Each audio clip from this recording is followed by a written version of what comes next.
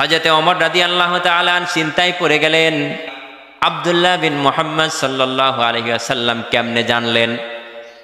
তিনি মনে হয় গণক হয়ে গেছে। এরকম ভাবে আল্লাহর হাবিব সাল্লাল্লাহু আলাইহি ওয়াসাল্লাম মক্কা শরীফের পাশে ছায়ায় এরকম নামাজ আদায় করছেন। একটা আয়াতের সাথে তেলাওয়াত মিলিয়ে মিলিয়ে এরকম ভাবে তেলাওয়াত করছেন। আল্লাহর হাবিব বলছেন, আল হাক্কাতু মাল হাক্কা ওয়া মা আদরাকা মাল হাক্কা। কান আল্লাহু আকবার।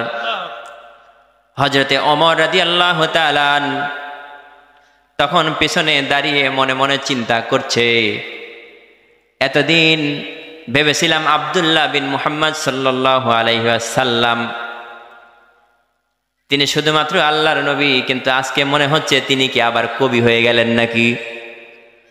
মনে মনে ধারণা করতেছে। মানে এত সুন্দর তেলাওয়াত, মিল একটা আয়াতের সাথে আর একটা আয়াত, কবিতার মতো।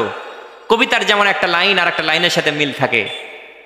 হযরতে ওমর রাদিয়াল্লাহু তাআলা পিছনে দাঁড়িয়ে মনে মনে ভাবতেছেন, আজকে কি আবার আব্দুল্লাহ বিন মুহাম্মদ সাল্লাল্লাহু আলাইহি ওয়াসাল্লাম কবি হয়ে গেল নাকি? এখন বলেন তো, মানুষের অন্তরে যেই জল্পনা কল্পনা হয়, এই জল্পনা কল্পনার খবর ওই আলসের মালিক যিনি, তিনি জানেন কি জানেন না? জানেন তো নাকি? আল্লাহ রাব্বুল আলামিন সঙ্গে সঙ্গে আল্লাহর হাবিবকে জানাই দিলেন। আল্লাহর হাবিব তেলাওয়াত করলেন পরবর্তী আয়াত, ওয়ামা হুয়া বিকাউলিন শাইর। আল্লাহু আকবার।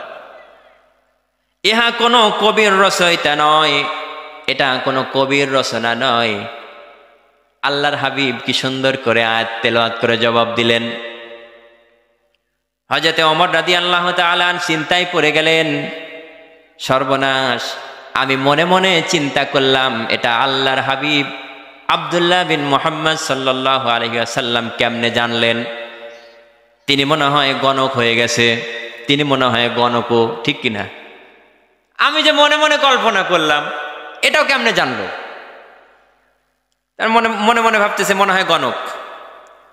আল্লাহর হাবিব সাল্লাল্লাহু আলাইহি ওয়াসাল্লাম এবার জবাব দিলেন,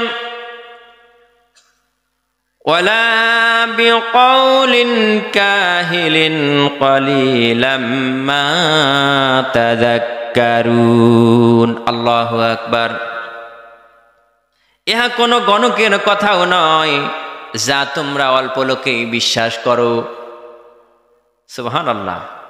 কারণ ওই সময় এই কোরআন তেলাওয়াত শুনলে আরবের লোকেরা, কিছু লোক মনে করতো যে এটা একটা কবিতা।